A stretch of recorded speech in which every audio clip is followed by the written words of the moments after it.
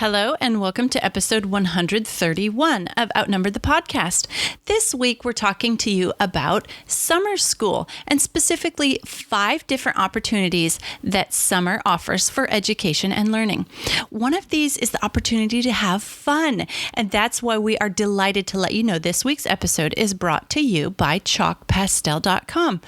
Our kids consider chalk pastel lessons with Nana the most fun art lessons they have ever taken. So if you have a child who questions their artistic ability, one who shows promising artistic talent, or anywhere in between, you must let them try chalkpastel.com. We'd like to invite you to use our link in the show notes to go and experience chalkpastel.com for yourself. Now, onto the show.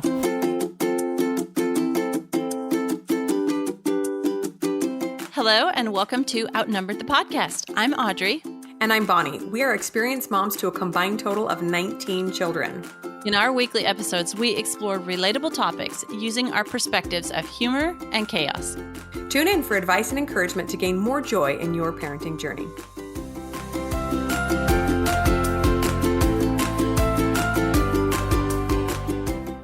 And if your kids are bored and making you want to pull your hair out, you're going to love this episode because we're talking all about what to do with your kids in summer. And we just wanted to remind you that episode 73, we also did an episode about exactly what our summer school looks like. So what we do to educate our kids in summer. And that one's an amazing episode.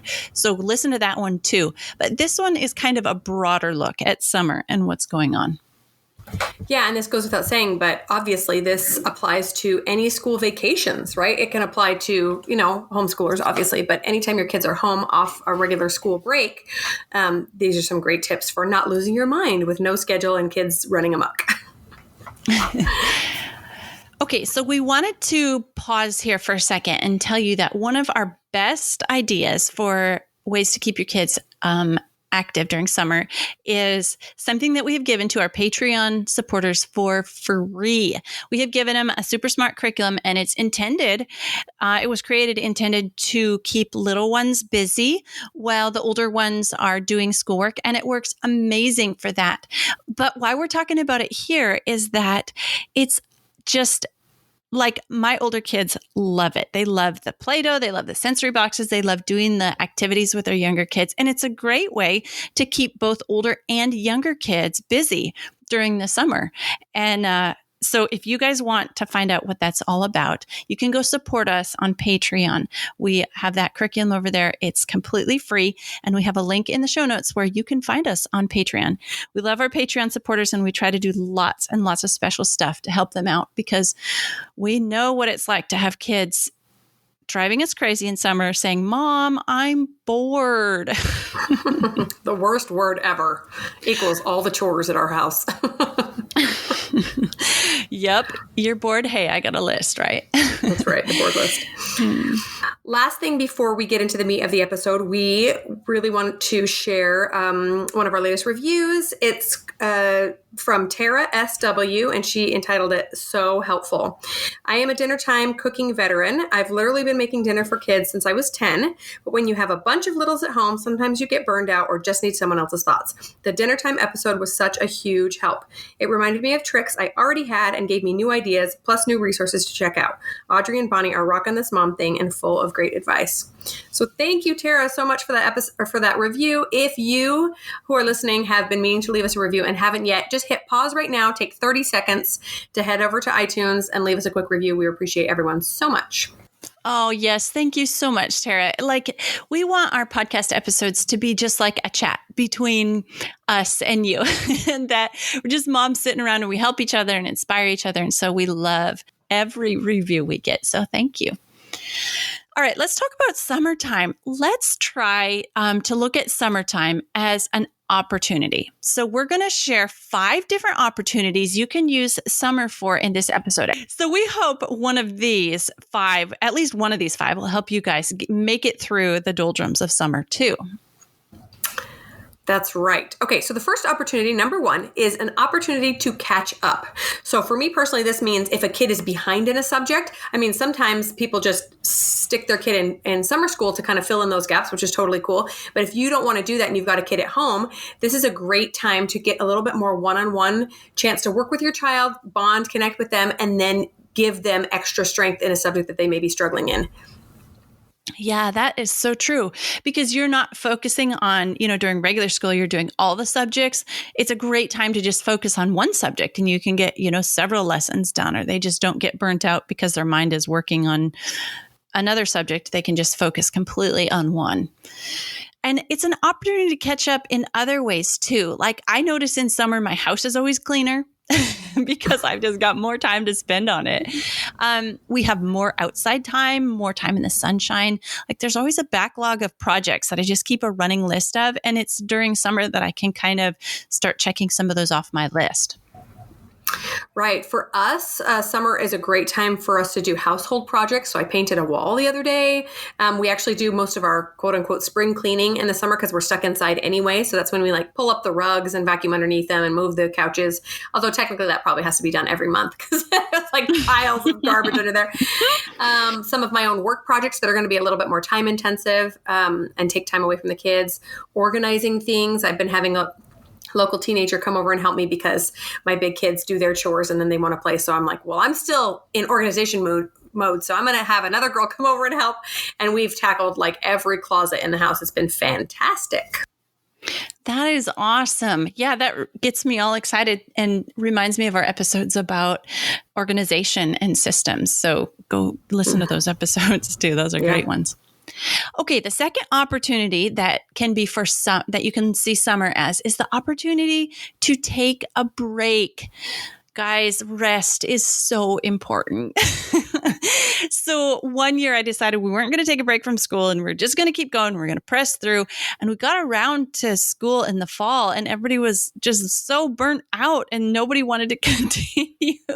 It's so important to rest. Everybody will perform better after a break from school. They'll have renewed energy. They'll be excited to dive in again and do it. Oh yeah, school. Yeah, we haven't done this for several months. This is going to be fun again. And so definitely an opportunity to take a break. Yes, absolutely. I've done the same thing thinking, well, I don't want to lose our momentum. Let's just push through. And it is torture. Like everyone needs a break, even if you're not farmers and following the traditional schedule that the public school system initially used, right? A break is worthwhile no matter when it is. And I have noticed that if I personally am tired of doing school or just helping with schoolwork or whatever else, your child probably is too, right? We need to give them a break, just like we need the break, and allow them to rest and relax. Yeah, I have a really good example of this. Several times I have a child who's learning to read and they are just on the cusp of reading when it's time to quit for the summer. And I just I just hate to quit because I'm like, they're almost there. They're almost there. If we could just, keep on pushing. And what happens, this has happened like 3 or 4 times for me already. What happens is if we take a break all summer, then when we start back in the fall, boom, they've got it like within 2 weeks. So what would have been, taken maybe another month or 2 is totally sped up because they've had a rest. They've spent so much time outside playing and doing other projects and their mind is just free to, I don't know, maybe it's like their mind is just processing all that information that they were getting. And instead of losing time, somehow they just gained time by just taking a break and having a rest. And then they just really, really launch, like skyrocket in their reading ability. So I've got one just like that when we quit this summer. And he even said, Mom, I kind of want to keep going. I just want to kind of keep you helping me practice through summer. And I was like, okay, we can do that. But then I also was like, yeah, right. You're taking a break. You need a break. Yeah. Oh my gosh. I have so much to say about that. Just as a physical example, if you exercise, you know how valuable those days of rest are. And that's actually when your muscles are doing the bulk of the work. The exercise is what does those micro tears in your muscle. And it's the rest days where they build back up and actually get stronger. And I think our brains are the exact same way. When we don't sleep, we don't function because the sleep is when all those random connections that we've been building up during the day just kind of come together. I mean, I'm not a neurologist. Some of this I'm just making up, but it's really true. it really is vital to rest. And that means not just sleep, but play rest. And for kids, play is work, right? That's how they're learning. And so we think that work and learning is just sitting down with books, and we're not huge fans of just book learning anyway. So the summertime is a great time for them to pull everything together. Number 3 is summer is an opportunity to fit in things that you have missed. And this is not just necessarily schoolwork, but the extra stuff. Like, how many times have you thought, I'd really like to go to the library this week, and then the week just got away from you? Or we'd really like to do this field trip that we've been planning for a while, and life got too busy. Messy projects. I am not great at doing messy science projects or art projects during the school year because the day moves so quickly that I don't like to pause and clean up a huge mess, but summer is the perfect time for that. Yeah, absolutely. Just let them, the longer it takes them on their messes in the summer, the more we like it because they're being occupied and we don't have to, find something else for them to do. Yeah. As we speak, my dining table is covered in glue and paint and popsicle sticks, and I love it. I'm like, leave it out all day. We just got to clean it up before dinner. Yeah, that's right. Some stuff we take the opportunity to fit in summer is typing. We just, they use the computer, they use the keyboard, and they type stuff, but it's not like an actual typing practice. So we have a little typing program that they love to do in summer because it's not schoolwork. It's kind of more like play. And like you said, art, definitely we squeeze in more art in the summer just because we have more time to just kind of let it unfold on its own and not have to, okay, well, we got to be done with art now because we have to do these other things. Educational games, we love to pull out Boggle or Quiddler or Monopoly or any of our favorite educational word games or, you name it. We just have a little extra time. And so I'll even print out some of those at the beginning of the week and just kind of leave them laying around that they can just pick up and spend their time on. This isn't like super educational, but one of my daughters has discovered solitaire this summer and she just kind of sits around and plays solitaire sometimes. I'm like, well, it's summer. Enjoy it. And then field trips is definitely something I try to fit in once a week, something special. Like, there's just anything, any process, factory or a newspaper, go down to the newspaper office and see what it takes to print a newspaper and, shadow a photographer for a day and just all sorts of stuff that they might be interested in or might not even be interested in, that they can just really, we have time for because we're not doing other stuff. So yeah, definitely love this opportunity. Yeah, and it's just so much more fun for you as a mom, too, to really enjoy your kids doing something fun, right, rather than being a taskmaster all the time. This is also, for me, summer is a great time to catch up on that one-on-one time that you may not have as much time for. So especially as parents of a large family, this is something that I'm always conscious of. In fact, we've done a whole episode on getting lots of one-on-one time in with your kids. And during the chaos of the school year, sometimes it just doesn't happen the way I'd like to. We like to do, one-on-one dates, just kind of running errands together or playing games together, painting nails together, maybe even going swimming with my kids, doing something, heaven forbid, maybe even getting my hair wet, what my mom never did. And I always thought she was so lame for, and here I am doing the same thing. Family movies or a camp out for my husband's birthday the other night. We decided to just make him a really nice dinner and then set up the projector in the pool area and watch a movie in the pool. And it was so fun. I mean, it was loud. Everybody's always loud. But all these fun opportunities to connect as a family. Oh, yeah, definitely. Those are so fun.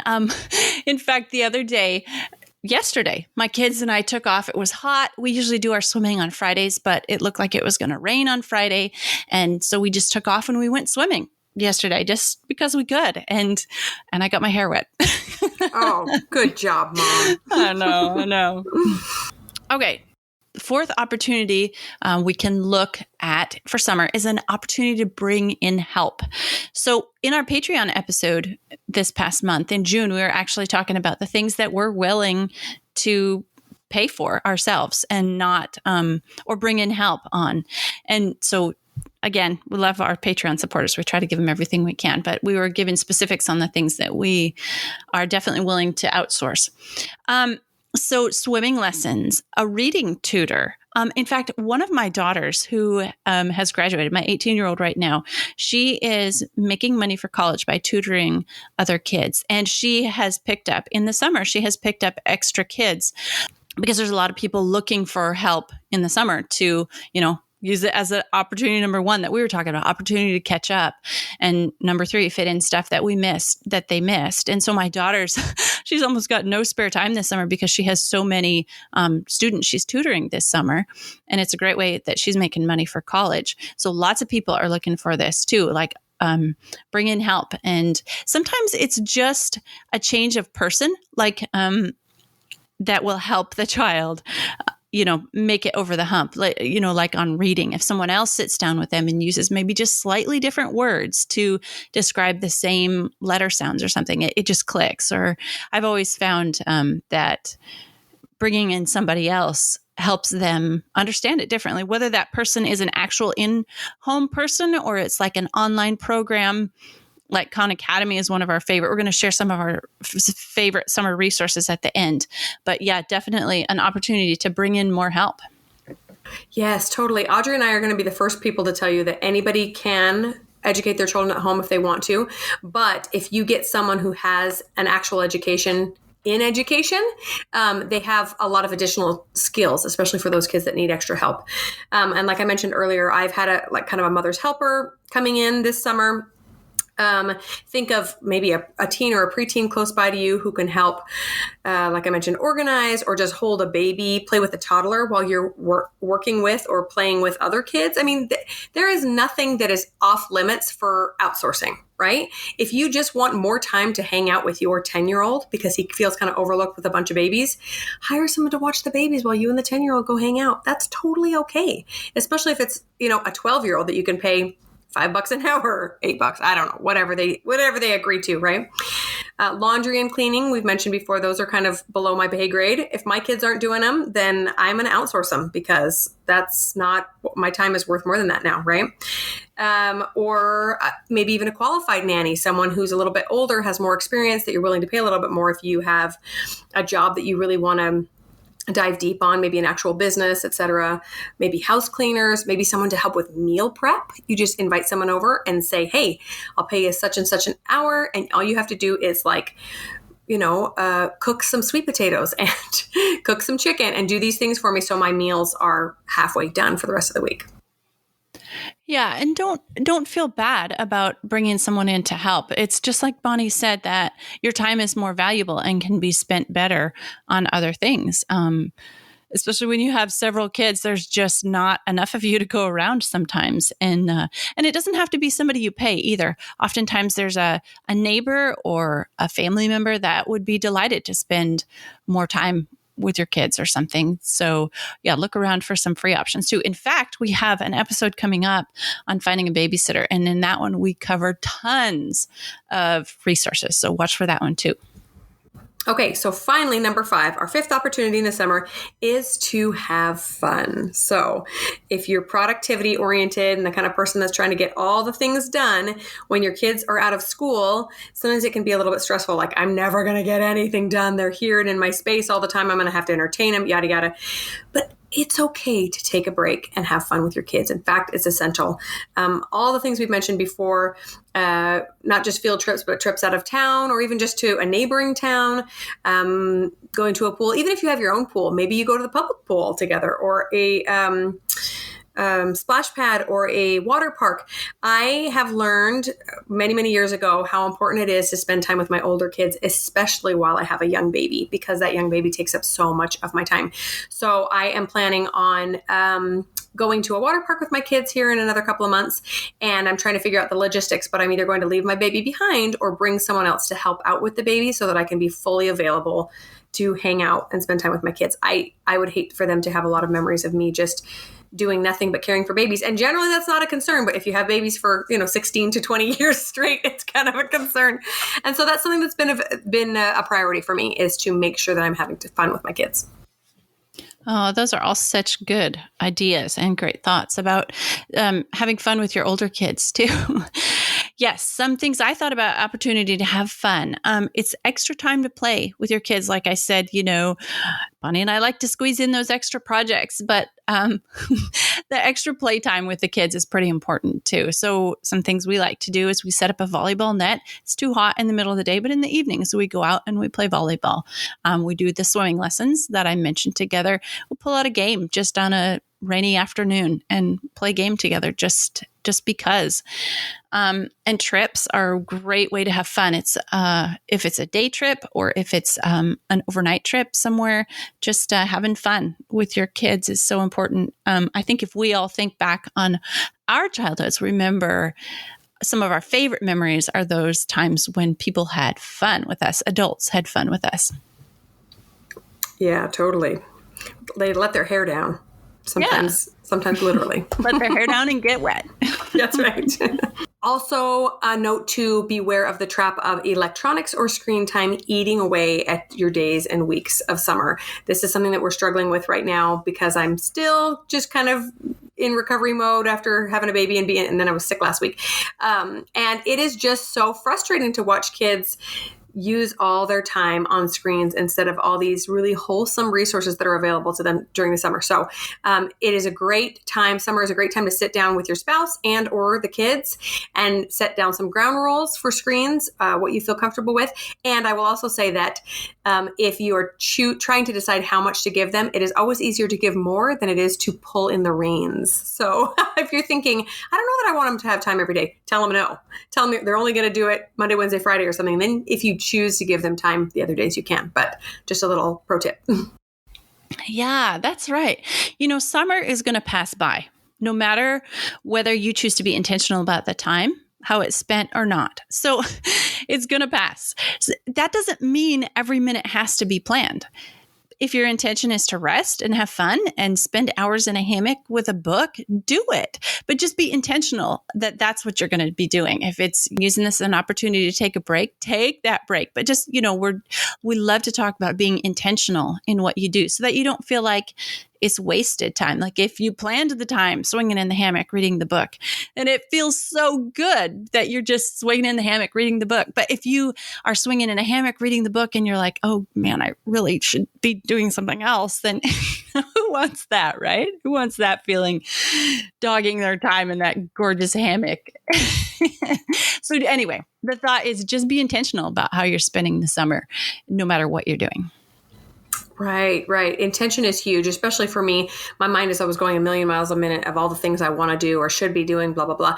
And my kids can tell, if I am not present in the moment, I'm not very fun to be around because I don't even know what I'm saying sometimes. A couple of times this week, my kids have asked me a question. I respond and they're like, what are you even talking about?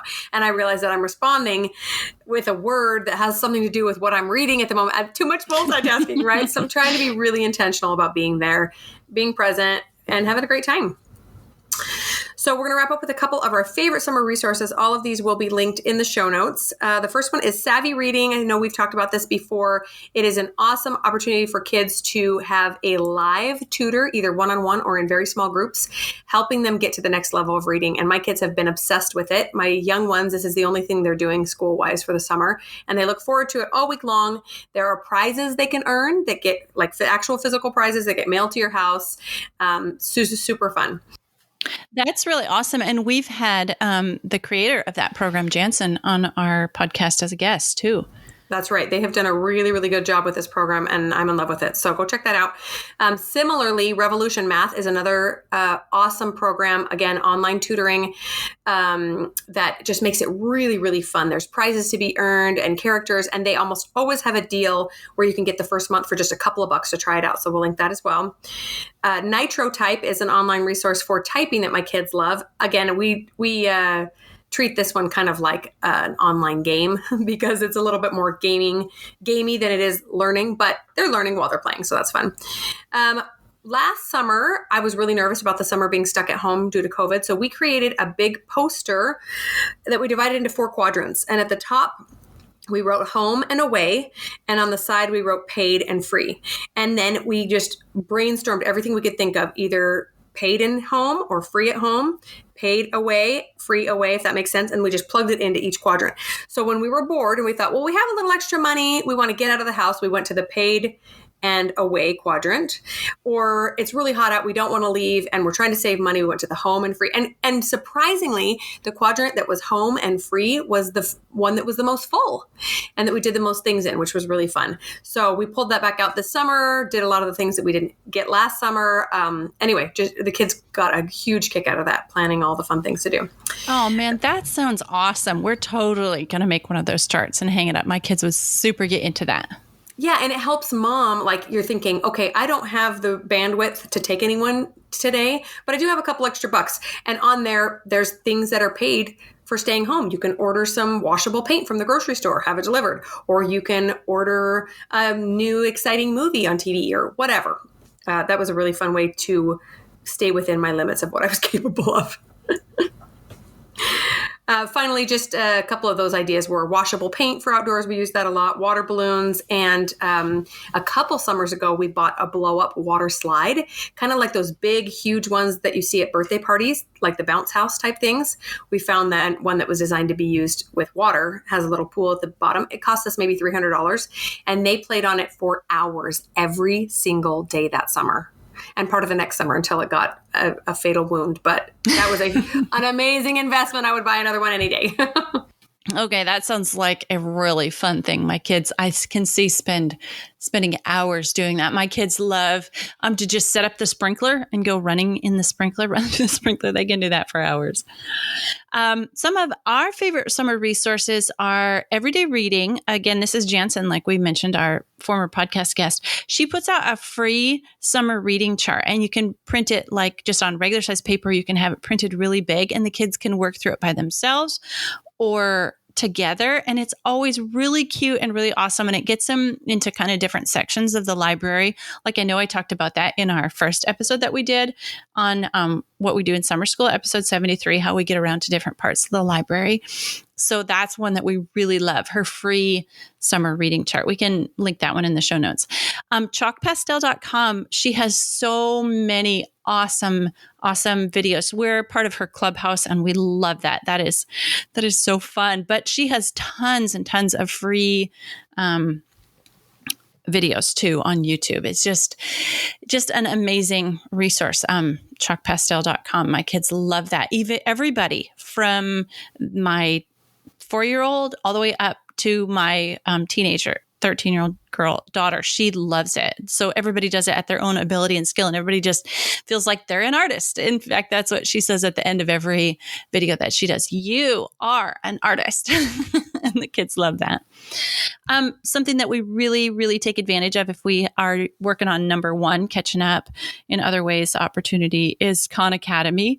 They've got so much free content. And again, that is like people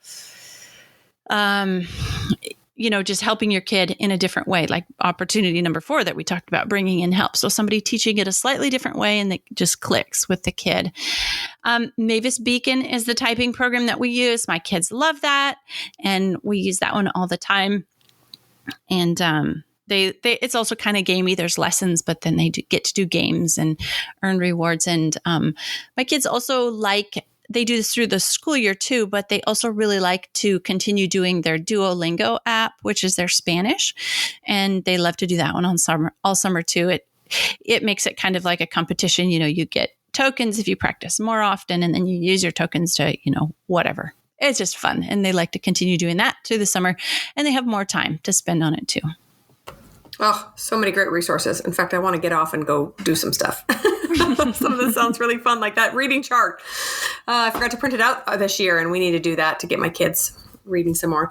I will also give a side note. I know we've talked about audiobooks before, but if you have a reluctant reader and you don't want to ruin their summer by forcing reading, which, by the way, we're not fans of forcing reading at all. I think it actually causes more harm than good. But audiobooks are a fantastic place to start. I have an 8-year-old, a newly turned 8-year-old who still struggles with reading at the level he probably should be at. But he loves audiobooks, and I just let him read/listen to them all day, all night long. He'll listen to them if I let him, because it is doing almost as good as reading by sight, because they're still getting that vocabulary developed. They're diving into a new world. And as they learn to love books, then they will ease into reading a little bit more and their skills develop to match their interests. So just a side note about the wonder of audiobooks. Oh, yes. I love it. Vocabulary building. They can listen to books way more advanced than they can read. And something that, well, it's not quite audiobooks, but it's a free, well, it has a paid option too, but my kids love to listen to vintage radio. So it's an app that we download. We'll link it here in the show notes. But vintage radio, it has all these old time shows that, I don't know, I think we're even too young to have listened to some of these, like The Lone Ranger and all these ones. Baby Snooks is another one that my kids love to listen to. I think these must be ones that like our parents listen to, but they're so fun and funny. And they even have some of the old time ads on there, like, eat Wheaties and that kind of thing. My kids love to listen to these old vintage radio programs. Love it. That sounds so fun. Okay, guys. So we hope that you are inspired to take advantage of one of these 5 opportunities that we have offered you as far as summer goes with your kids. And we definitely hope that whatever opportunity you choose, that you're intentional about it and that you love it and you have such a good time with your kids this summer. Thanks for listening, friends. Click the link in the show notes to subscribe to our email and never miss another episode. Show us some love by leaving a review on iTunes or sharing the podcast with a friend. Thanks for all your support. We'll talk to you next week.